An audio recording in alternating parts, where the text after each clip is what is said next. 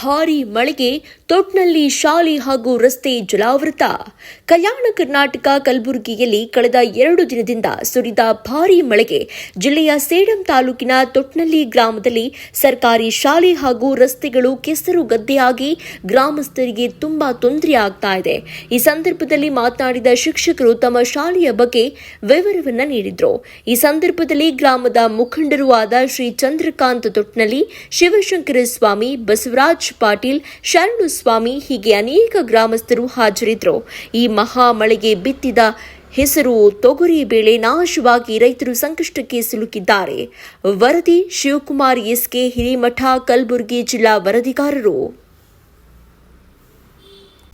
ಸರ್ಕಾರಿ ಹಿರಿಯ ಪ್ರಾಥಮಿಕ ಶಾಲೆ ತೊಟ್ನಳ್ಳಿ, ತಾಲೂಕು ಸೇಡಂ, ಜಿಲ್ಲಾ ಕಲಬುರಗಿ. ಈ ಶಾಲೆಯ ಆವರಣದಲ್ಲಿ ಮಳೆಯ ಪ್ರಯುಕ್ತ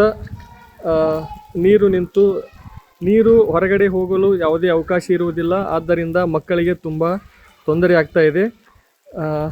ಇಲ್ಲಿ ನೀರು ನಿಂತಿರೋ ದೃಶ್ಯವನ್ನು ನೀವು ನೋಡ್ಬೋದು.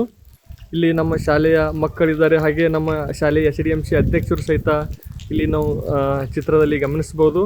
ನಮ್ಮ ಶಾಲೆಯ ಶಿಕ್ಷಕರಿದ್ದಾರೆ.